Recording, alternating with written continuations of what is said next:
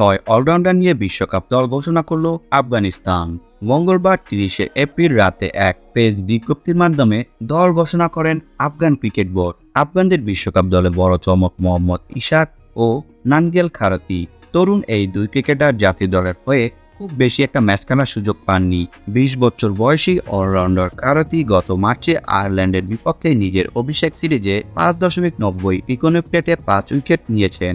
আর এখন পর্যন্ত 4টি আন্তর্জাতিক টি-20 খেলা ইশাককে মূলত রহমুল্লাহ গুরবাজের পর দ্বিতীয় পছন্দের উইকেটকিপার হিসাবে দলে নেওয়া হয়েছে।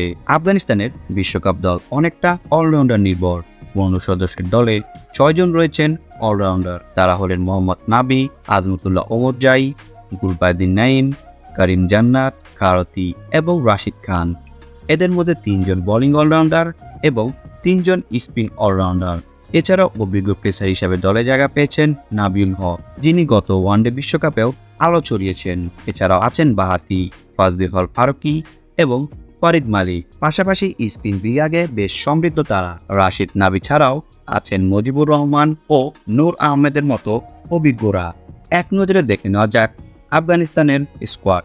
রাহমুল্লাহ গুরবাজ, ইব্রাহিম জারদান, আজমতুল্লাহ ওমরজাই, নাজিবুল্লাহ জারদান, মোহাম্মদ ইশফাক, মোহাম্মদ নাবি, গুলবাদিন নাইম, কারিম জান্নাত, রাশিদ খান অধিনায়ক, নাঙ্গেল খারতি, মুজিবুর রহমান, নূর আহমেদ, নাবিল হক, ফাজলুল হক ফারুকি, ফরিদ মালিক। তাছাড়া রিজার্ভ হিসাবে রয়েছেন সাদিকুল্লাহ অটল ও হজমতুল্লাহ জাজাই এবং সেলিম শাফি।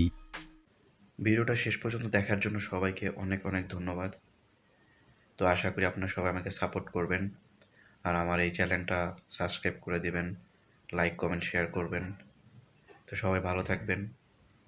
আর ভিডিও সম্পর্কে কোনো মতামত থাকলে আমাকে কমেন্ট করে জানাতে পারবেন। আসসালামু আলাইকুম।